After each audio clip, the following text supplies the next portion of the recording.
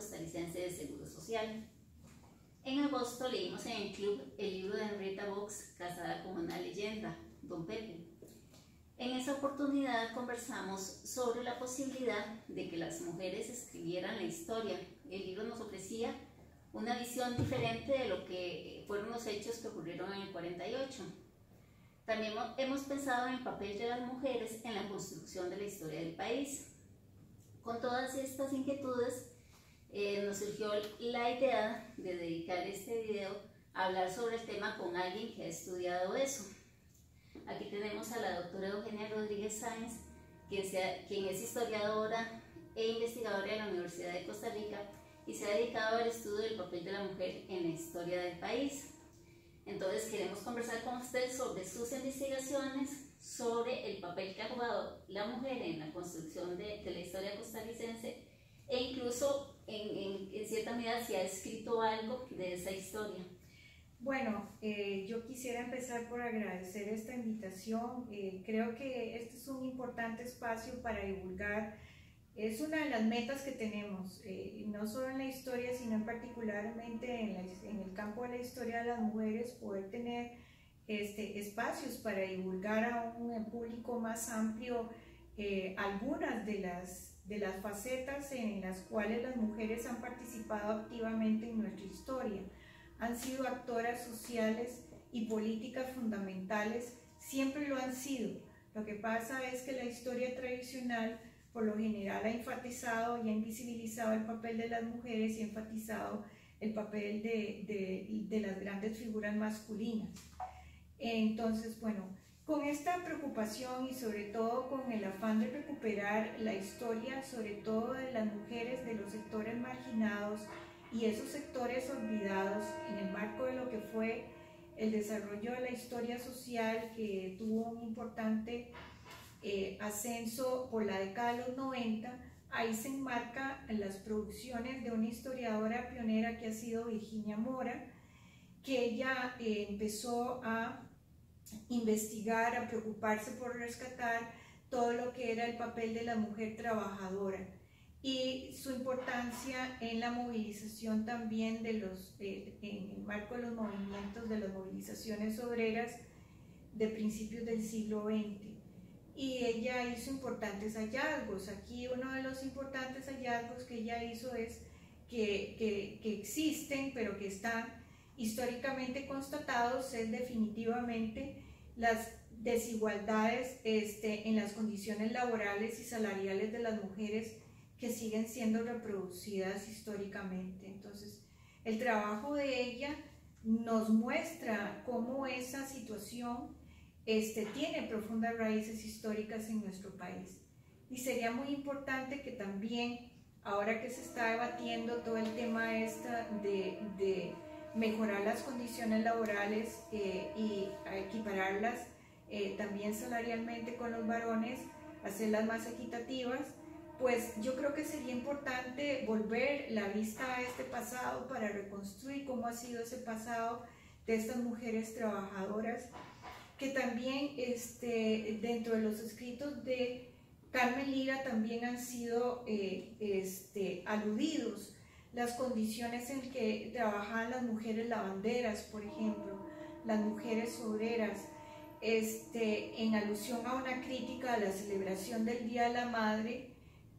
Recuerdo un texto de Carmen Lira, por ejemplo, donde ella decía: ¿de qué valen las celebraciones en el Día de la Madre si mientras tenemos a cientos de mujeres trabajando en los ríos y lavando la ropa, ¿verdad?, todo el día y laborando tan fuerte? A esas mujeres es a las que debemos recordar y mejorar sus condiciones, ¿verdad? Y no estar pensando solo en exaltar el Día de la Madre. Ahí nos revela también esta reconstrucción de la función también, y los ensayos de Carmen Lira han sido hechos por otro escritor, por otro historiador que es Iván Molina, pero también en los escritos también de Ruth Cubillo, que es precisamente, tiene que ver con las mujeres y el repertorio americano. Virginia Mora también encontró cómo a las obreras se les trataba en el movimiento obrero se les pedía apoyo para sus compañeros camaradas, ¿verdad? Sus compañeros trabajadores en sus luchas salariales, en las jornadas de 8 horas y mejores salarios, que ellos los acompañaran, pero ahí ellas no se estaban luchando por mejorar sus condiciones propias, eran para apoyar a sus compañeros. Y se las trataba de obreritas, en alusión, ¿verdad?, despectiva, ¿verdad?, a su situación, ¿verdad?, como eran vistas las mujeres trabajadoras en esas décadas de principios del siglo XX. Otro elemento también importante aquí que señalar es que también Virginia Mora contribuyó pioneramente a rescatar, además del papel de las obreras y de sus condiciones, también a rescatar lo que es la participación política de las mujeres, por ejemplo, en el marco de la campaña electoral de Jorge Bolio. Esta fue la primera vez en que las mujeres fueron incorporadas en una campaña política a participar activamente con discursos, con un manifiesto, con un himno y haciendo desfiles a la hora que el candidato, y exaltando la figura del candidato en esos discursos cuando Jorge Bolio se presentaba. De hecho, uno de los aspectos que se suele sugerir es que Jorge Bolio llegó a ocupar el tercer lugar en las elecciones de 1924, que probablemente el hecho de la incorporación activa de las mujeres haya sido un factor novedoso importante que ayudara a impulsar su candidatura, máxime que era un candidato que había estado como 18 meses en campaña política, o sea, era un candidato nuevo, ¿verdad? Y que bueno, eventualmente eso pudo haber sido un factor interesante en ese proceso de movilización. Por lo tanto, cuando vemos a las mujeres obreras apoyando a sus compañeros, a estas mujeres apoyando a Jorge Bolio, vemos como antes de la conquista del voto, la mujer tenía una participación política activa. A este sector de mujeres trabajadoras también tenemos que agregar el de las educadoras, porque definitivamente otro de los hallazgos también de los trabajos de Virginia Mora y también de Steven Palmer y de Gladys Rojas, que estudió a las estudiantes del Colegio Superior de Señoritas, nos muestra cómo el colegio fue el Colegio Superior de Señoritas, que abrió sus puertas en 1888, fue una institución clave en la extensión de la educación secundaria de las mujeres y en la formación de maestras. Y este componente femenino de educadoras también va a convertirse en un elemento muy activo de participación y de crítica social. Aquí van a estar entre esas primeras educadoras, por supuesto va a estar Carmen Lira, Luisa González, Emma Gamboa, Teresa de Obregón.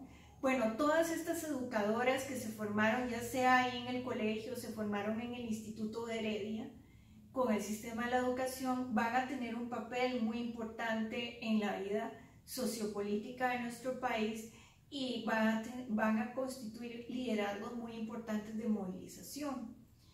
En los trabajos que hemos realizado sobre la participación de las mujeres en el Partido Comunista hemos encontrado no solamente la figura de Carmen Lira, sino también a otras como Luisa González, pero lo más importante que encontramos fue que este partido contribuyó en una forma sistemática a construir y a promover la participación política de las mujeres. En uno de los ámbitos fue, por ejemplo, en las luchas, en los mitines contra las carestías y la especulación. Hay que recordar que el partido se fundó en 1931, el Partido Comunista. Y esta era una época, las décadas de los 30 y los 40, muy difíciles económicamente. Entonces, estas mujeres jugaron un papel muy importante porque estos mitines que eran semanales se organizaban en diferentes provincias, no solamente en San José. Y las mujeres reclamaban mejores condiciones para el acceso al agua, a los servicios, a la electricidad, cuán costoso era el acceso a la alimentación, el tema de la vivienda, que también fue otro tema que ya también desde la década del 10 ya las mujeres trabajadoras también se movilizaban. cómo también se logró la ley del inquilinato también, que fue otro gran logro de estas mujeres, que jugaron un papel muy importante. Como vemos, el tema de la vivienda fue un tema también eje en la movilización política de las mujeres, ya desde tiempos muy tempranos, y especialmente las mujeres trabajadoras, y que el Partido Comunista tuvo una parte importante en la movilización de estas mujeres en esa lucha. Las condiciones de los hogares, de las viviendas en el entorno urbano, ha sido ampliamente demostrado, era sumamente paupérrimo, eran realmente muy difíciles. Por eso las enfermedades y las situaciones de salud para la población urbana eran muy extremas, y esto fue ampliamente denunciado por escritoras como Luisa González y también como Carmen Lira. Otro de los temas también que ha sido investigado ampliamente por un historiador que lamentablemente ya él falleció, es Juan José Marín. Él hizo un estudio sistemático de toda la problemática de la prostitución en San José y de las condiciones de ejercicio de la prostitución y todo de las leyes profilácticas y la persecución que sufrían también las mujeres que vivían en prostitución. El abuso sexual es otro tema que también va vinculado a ese que nosotros también hemos estudiado desde el periodo de 1800 a 1950 con denuncias de abuso sexual. Es el otro gran tema, que ese tema también se contribuyó a historizar el término de, por ejemplo, de cómo se pasa de concebirlo como un pecado a un delito. Cuando llegamos al Código General de 1841 y posteriormente a los códigos penales del 80 en adelante, vamos a ver cómo va a ser considerado un delito y los niveles, pero siempre considerado como un delito de honor. Y esta terminología incluso todavía persiste en la actualidad. Otro hallazgo que nos inquietó a nosotros con estas investigaciones históricas es que se justificaba la suspensión de la pena para el agresor de abuso sexual si se casaba con la víctima. Y esta situación, por increíble que parezca, y yo no me explico por qué aún todavía en el Código de la Niñez, aún con las reformas que se ha hecho, este aspecto no se ha eliminado, que es absolutamente inconstitucional. O sea, ¿cómo es posible que esta situación todavía, que viene tantos siglos atrás? Por eso la historia nos permite ver con mucho más,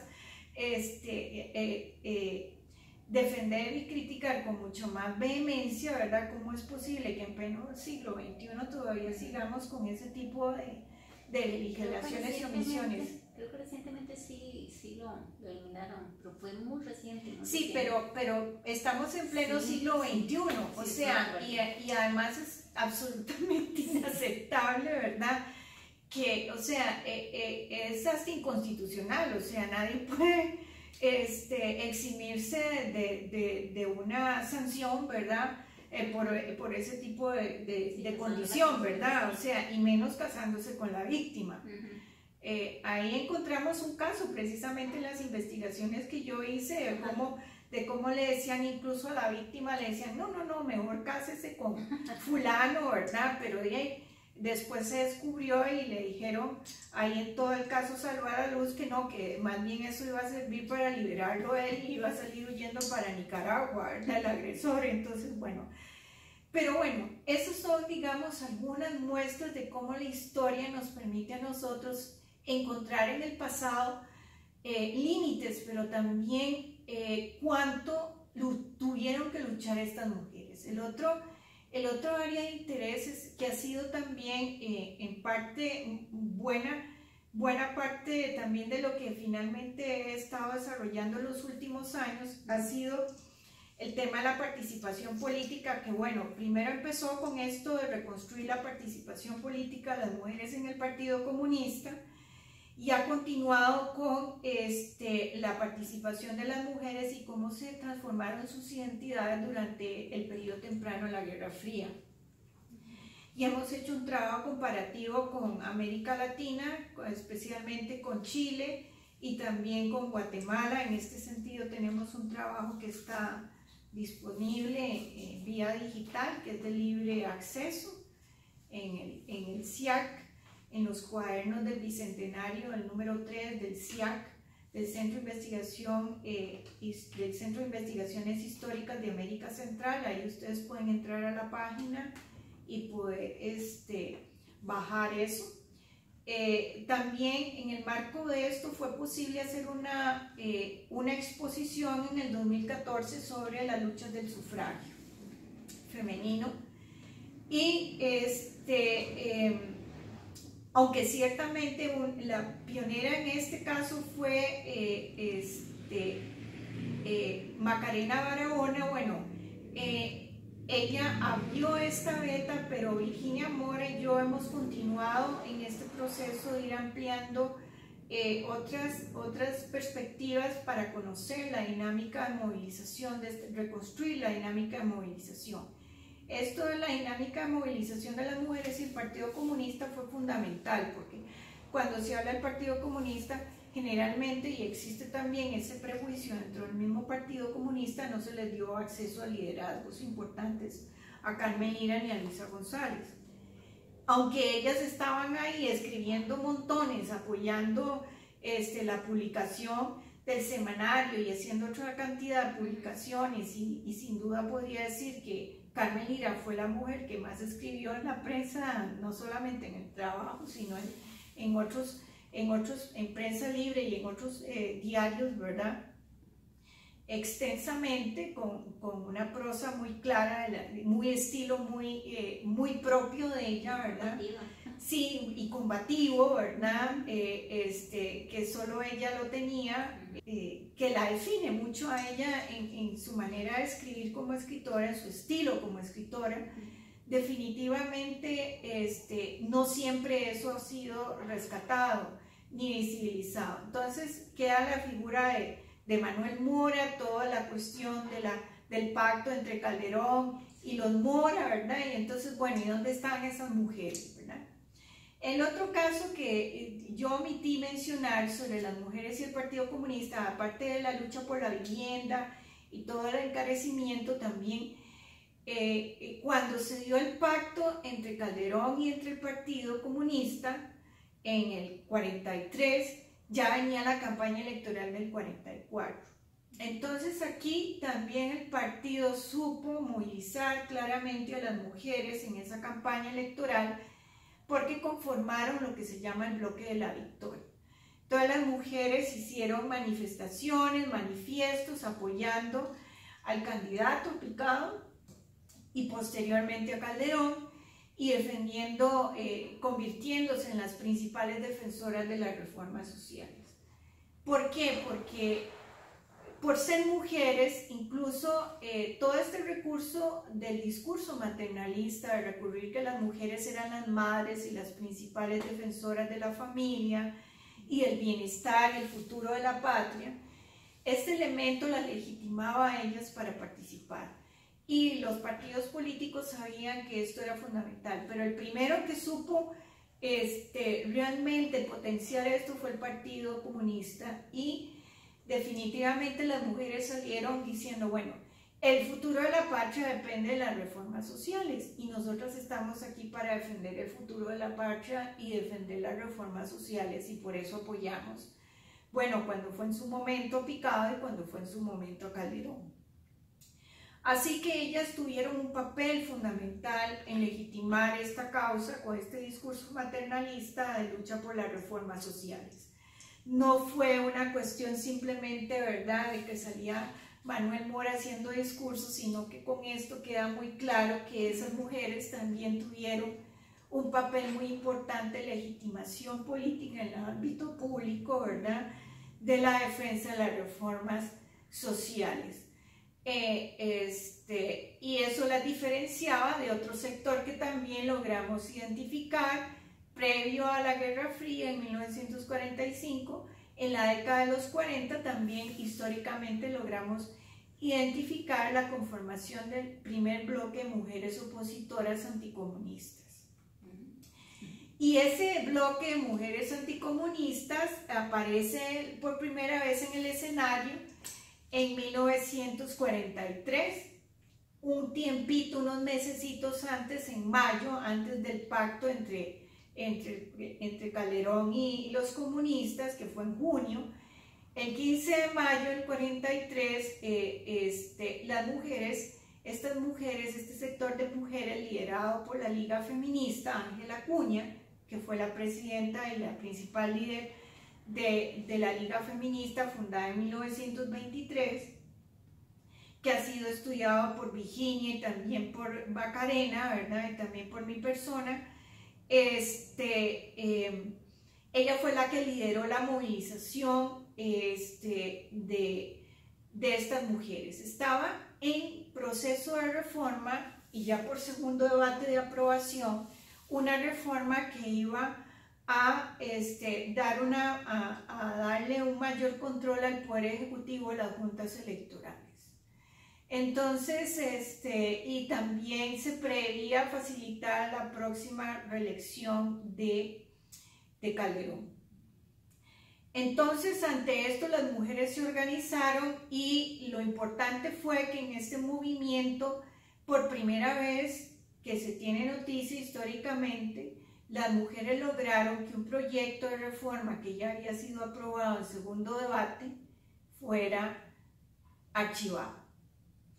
Entonces, aquí es interesante ver, si lo comparamos con lo que fue el combo de Liz en el 2000, ¿verdad?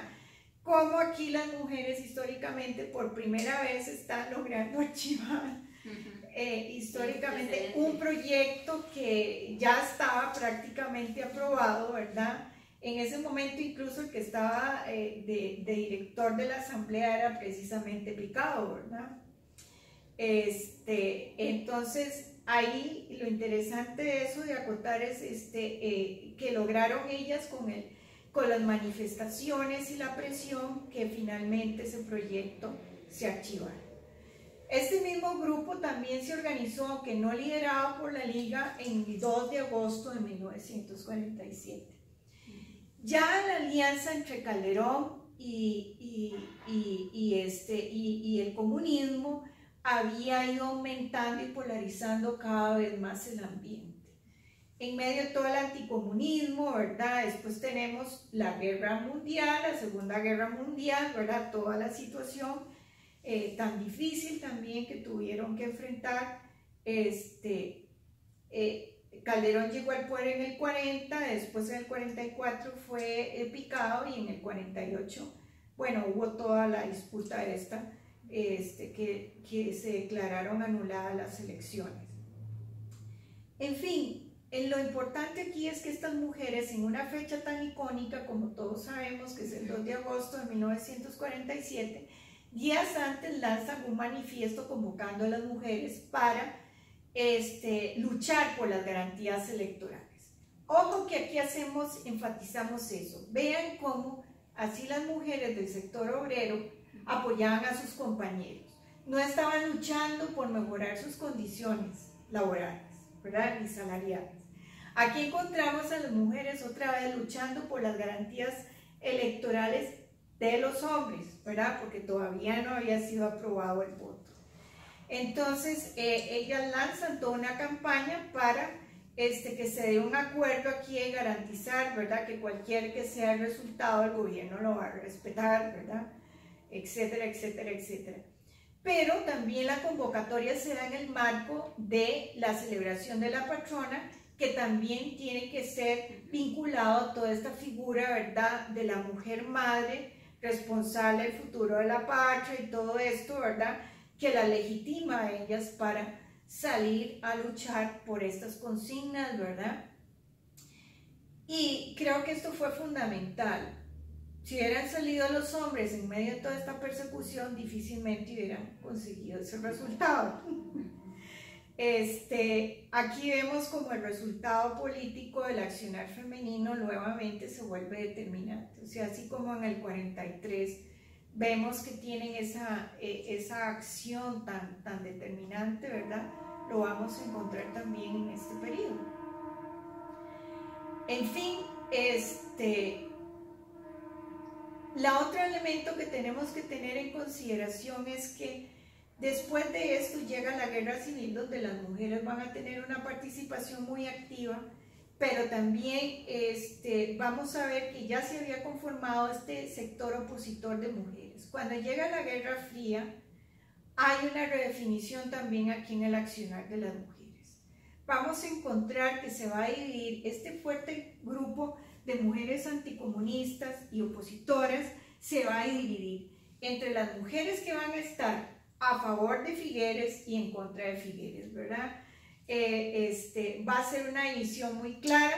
Ahí vamos a encontrar por ejemplo, a Mario Chandi ahí, donde va a ser uno de los principales, que va a incluir también la participación pionera, también va a estar aquí otra vez liderando la conformación del ala femenina del Partido Unión Nacional, Ángela Acuña. Ángela Acuña viene del extranjero en 1952 y se une a las filas. Ella va a formar un partido femenino, pero luego este partido, esta opción queda subsumida, y le invita a Mario Chandi a que participe para abrir esta ala femenina del Partido Unión Nacional. Hacen un manifiesto, también hacen un himno, y van a tener, digamos, un aspecto interesante es que ellas se van a vincular más por los derechos individuales de las mujeres. Se incorporan algunos elementos que también ya estaban presentes en las mismas propuestas de las mujeres y el Partido Comunista, como era la construcción de casas cuna, mejores condiciones laborales para las mujeres trabajadoras, etcétera, ¿verdad? Entonces vemos como que al fin y al cabo, entre las propuestas de la Liga Feminista, aunque Carmen Lira se consideraba antifeminista y antisufragista, en términos de la lucha de agenda por los derechos de las mujeres, compartían tanto la Liga como ellas, ¿verdad? Aunque no aceptaran el feminismo porque lo consideraban burgués, pero en términos, digamos, de los derechos habían coincidencias, ¿verdad? Aunque es interesante el análisis que hace aquí Ruth Cubillo en este libro, porque trae un discurso de Ángela Acuña donde más bien se ve que es muy machista, todo lo contrario. Sí. Y después rescata unos de Carmen Lira que más bien es más feminista, entonces sí. A veces en sus discursos cambian las posiciones. Sí, yo hice un artículo precisamente sobre esas contradicciones que tenían en los discursos. El énfasis es maternalista, pero es antifeminista. Pero el Partido Comunista, aunque fue el primero que en un programa político incluyó el voto femenino, también fue el primero que tuvo una posición muy ambigua sobre los derechos del sufragio.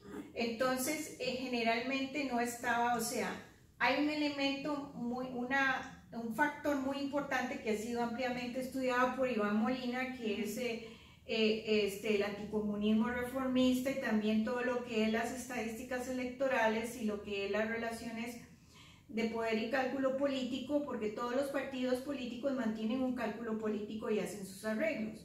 Entonces, la unión entre Calderón y el comunismo era lo suficientemente fuerte. Ellos no necesitaban del voto femenino para poder llegar al poder, les bastaba eso. Entonces, por eso el partido mantuvo una posición ambigua. Para él era fundamental defender las garantías sociales, que era la agenda reformista de garantías sociales que el partido había propuesto desde su inicio, que fue materializada por Calderón en los 40, ¿verdad?, antes de la alianza con el comunismo, pero que era un proyecto de los comunistas, era un proyecto reformista y social de los comunistas que fue ejecutado por Calderón. Eso es importante subrayarlo. Entonces, las posturas de Carmen Lira, como también de otros partidos socialistas y de izquierda, como el Partido Socialista Español, por ejemplo, mantenía esa posición también, ¿verdad? Era fuertemente antifeminista y antisufragista. Aunque algunas de las líderes socialistas del Partido Socialista Español se consideraban feministas, ¿verdad?, socialistas, se definían como eso ellas, no tuvieron tampoco mucho acceso al poder y sus agendas no fueron consideradas con suficiente, no les dieron suficiente, no las acogieron, por así decirlo, lo suficiente. Siempre estaban en una posición marginal. Entonces, para el partido esa no era la prioridad. La prioridad política del partido eran las reformas sociales. No, y después la otra creencia que es también propia de los partidos de izquierda, que una vez llegado el socialismo, entonces ya automáticamente llega la igualdad, como si eso fuera así, ¿verdad? Automático, así simplemente que cae del cielo, y eso no es cierto, ¿verdad? Pero esa es, digamos, una de las ideas centrales, ¿verdad? Dentro de la izquierda, ¿verdad? Que con la llegada del socialismo y el comunismo, pues es posible la igualdad entre todos, pero eso no ocurre. Las posturas patriarcales y las posturas machistas es muy claro, hay una crítica muy amplia que yo hago ahí en un artículo que hacen las mujeres, que bueno, que se quejan por no tener acceso al poder ahí en el partido, ¿verdad? Que eso tiene que ver, ni les facilitan llegar a las reuniones, ¿verdad? Y entonces, ¿cómo van a incorporar a las mujeres a las reuniones si ni siquiera ellos las ayudan, ¿verdad? Sino que se viven criticándolas, que deberían estar más bien cosiendo en la casa, ¿verdad? Y cuidando a los hijos y no estar ahí perdiendo el tiempo en reuniones. Así que esas posturas machistas, independientemente de la ideología, atraviesan a todos los partidos e ideologías. En un muro del Radio Universidad dice eso: machismo de derechas es lo mismo que machismo de izquierdas. O sea, y el discurso maternalista también, sí. La potencia, ese discurso en la movilización de las mujeres, de derecha o de izquierda, de las mujeres radicales de uno u otro bando, pues en realidad sigue siendo muy fuerte, aún en la actualidad. Una acotación que es una interpretación mía libre es que eso está muy presente, por ejemplo, estuvo muy presente en la campaña de Laura Chinchilla, o sea, la imagen de la mujer madre que vende, ¿verdad?, sigue estando muy presente en las campañas políticas, ¿verdad? Y eso lo saben todos los partidos. Pero históricamente eso fue fundado, históricamente empezó a ser desarrollado históricamente por los partidos por primera vez con Jorge Bolio, y después continuó el Partido Comunista, ¿verdad? Y después ahí, cuando llegaron las elecciones políticas, cuando ya se aprobó el voto en 1949, ¿qué ocurre? Que, bueno, lamentablemente no estuvo con la aprobación, ni tampoco pudo ejercer el voto Ángel Acuña. Eso es una contradicción, es la ironía del destino, ¿verdad? Estuvo luchando arduamente por eso, pero no pudo estar ni en la reforma, ni pudo estar, ni ejercer el voto por primera vez, porque estaba afuera. Ella se fue y ella había sido designada como una de las candidatas a diputadas por Mario Echandi, pero Mario Echandi, como sabemos, se retiró, entonces pues ya la candidatura de ella no logró. Mario Echandi fue el que logró, porque en ese tiempo también los candidatos podían lanzarse como diputados, los candidatos a presidentes también podían lanzarse como diputados, y bueno, la única diputación que ganó fue la de él, de San José. No ganaron más. Entonces, bueno, hubiera sido interesante. Ahora, sin embargo, las 3 diputadas que designó Liberación Nacional, que fueron las 3 diputadas que ganaron, que eso fue una estrategia muy importante también del partido para lograr por primera vez atraer el apoyo femenino. Una vez que pasó la guerra civil y todo el suceso de la desintegración del electorado, que obviamente los comunistas y los calderonistas no iban a votar obviamente por la oposición, había que rehacer el escenario. Ahí es donde entra en escena el voto femenino, y ese es el principal planteamiento de mis trabajos. Un cálculo político, ya no tenían nada que arriesgar, pero sabían que era decisivo que el voto femenino estuviera ahí. Esto no es descalificar toda la lucha ardua que hicieron las mujeres por conseguir el voto. Pero bueno, los partidos sabían que en ese momento a ellos les convenía hacer. Es un riesgo, porque bueno, es 50% del electorado que tienen que poner en juego, ¿verdad? pero aquí cualquier partido que llegara al poder necesitaba ese apoyo femenino con el voto. Sabían que ningún candidato iba a llegar al poder, obviamente, sin el apoyo femenino. Entonces, bueno, ahí fue donde empezaron los otros partidos a incluir más a las mujeres en las campañas, aunque esta fue una innovación del Partido Reformista y posteriormente de forma más sistemática por el Partido Comunista. Después le hicieron el Partido Unión Nacional y después los otros partidos también trataron de introducir a las mujeres activamente en la política. Pero ya una vez que estaba en el escenario lo del voto y la campaña electoral, eso fue lo que hicieron. Ver cómo en este proceso, ese voto era tan decisivo, ¿verdad? Entonces había que incorporarlas. Estas mujeres, estas tres primeras mujeres, que era María Teresa Obregón de Dengo, que era la viuda de Dengo, de Omar Dengo, ¿verdad? Ella había estado en el grupo Mujeres Opositoras en la década de los 40. También estaba la cuñada de Ángel Acuña, Ana Isabel Chacón, que fue, por así decirlo, que también fue una líder dentro de la Liga Feminista. Entonces podemos considerar que esa fue, además de las primeras diputadas, la primera diputada feminista electa históricamente, que había pertenecido a la Liga. Y después está doña Estela Quesada, también como la otra diputada, de las primeras tres diputadas. Entonces, con esto hay una transformación, como vemos, hay una transformación muy importante en lo que es el accionar político de las mujeres. Y además de eso, que su accionar también en determinadas coyunturas fue particularmente determinante, ¿verdad? No solamente fue el accionar de los hombres, ¿verdad? En esta década de los 40, no solo fue Manuel Mora y Calderón, ¿verdad? Las mujeres tuvieron contribuciones muy determinantes en esta década y también en la guerra civil y en el periodo posterior, ya con la conquista del sufragio, que ojo, yo resalto y subrayo esto de la conquista del sufragio, ¿verdad? Porque aunque el sufragio fue firmado y otorgado por los congresistas, ¿verdad? Es una lucha que fue emprendida arduamente por las mujeres en décadas anteriores, y esto no lo debemos perder de vista, que es fundamental tenerlo en cuenta, ¿verdad? No perderlo de vista. Y gracias a estas mujeres es que se han abierto nuevas posibilidades para otros, gracias a las luchas. Por eso es importante tener presente lo que ha sido esas luchas arduas de esas mujeres en el pasado, para poder entender también que no podemos analizarlas a ellas tampoco con la perspectiva del presente, de las agendas de género del presente, ni podemos pedirles eso.